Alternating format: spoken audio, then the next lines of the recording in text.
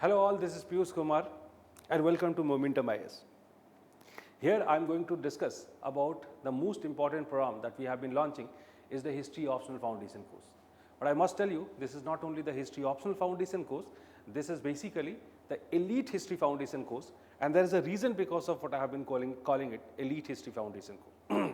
Normally what happens when it comes to the subject, now, this pattern has been noticed among the students that they are very scared while choosing this optional, and in fact in market there are many people who are making you very scared that whether this subject is scoring or not. Right? The moment you choose the subject, people are saying that this subject is not scoring.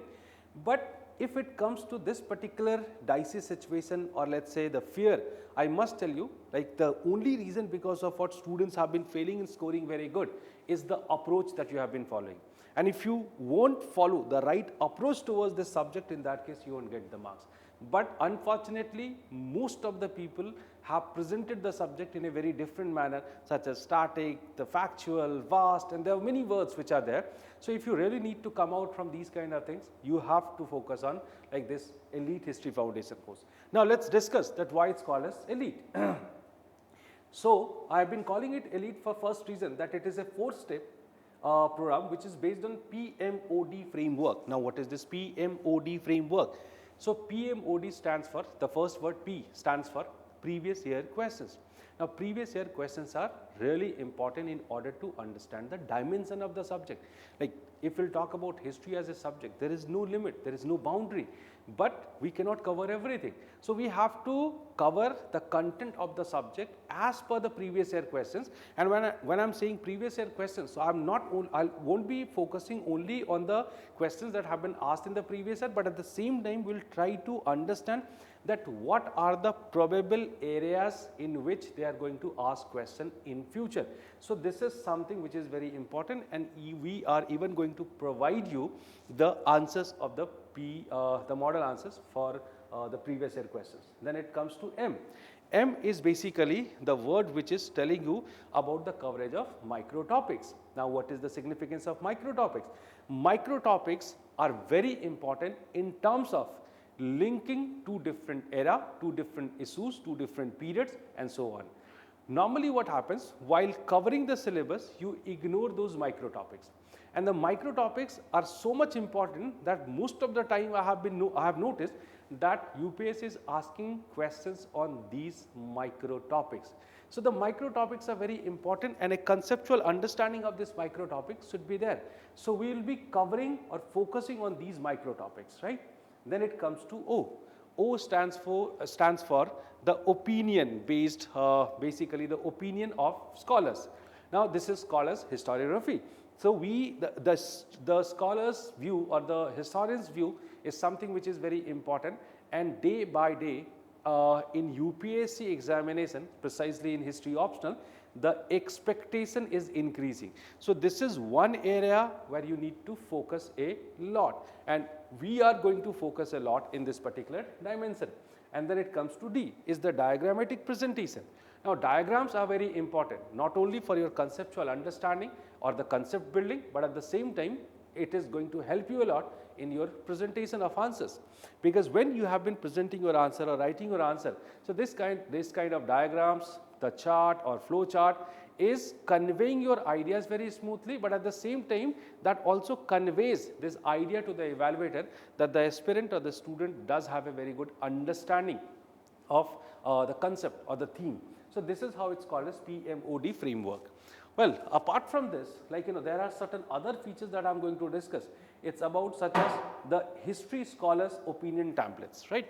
So as I have already told you that the opinions are very important, and we are going to focus a lot on the opinions, right? Mapping is a very important area, and we are definitely not going to ignore the map, and we are going to prepare it in such a scientific way that you can really be secured for 40 marks, right? If you are getting roughly around 40 marks in map, in that case, like if you have, along with this, if you have performed well in the rest of the areas, in that case 160 is a quite possible and achievable target in paper 1. And in fact, my student has even scored 167 in paper 1, which is normally considered to be slightly tough, but it's possible. So we are going to focus a lot even on this part. Micro diagrams I have already focused, right? And then on spot answer writing. Now this is also something which is very important. The like answer writing. Why this answer writing is very important? Because what do you know, right? That's not very important. What do you write? That's the most important thing. So the point is that, like when it comes to writing, so it is so important that ultimately you are getting marks on the basis of that, and that's how throughout this course we focus on answer writing, like in multiple ways. Why on spot answer writing? Because if students are avoiding answer writing, in that case I always try to, I always try to bind them that write the answers here only, because if you have been writing answer here and then if I am evaluating it there only, in that case you are really understanding in a tough situation how to write the answers, because in examination certain bouncers are always coming, so you are getting ready for those bouncers even in the classroom itself, right? Okay. Now as the I told you that it is going to be developed in 4 phases. So what are these 4 phases? So the first phase, like in the first phase we are going to discuss the previous year questions. I have already told you that what is the significance of previous year questions. In the second phase, it's about covering those micro topics, right? Now I must say that I have already discussed that what is the importance of these micro topics. The third is about the answer writing, and fourth, enrichment of answer writing, and the fourth is about creating history answer presentation, because presentation is also very important, and here how to include the diagram, right, how to include the flow chart, how to present the ideas, how to include the historians, how to include the sources in your answers. So these are the things on what we are going to work upon.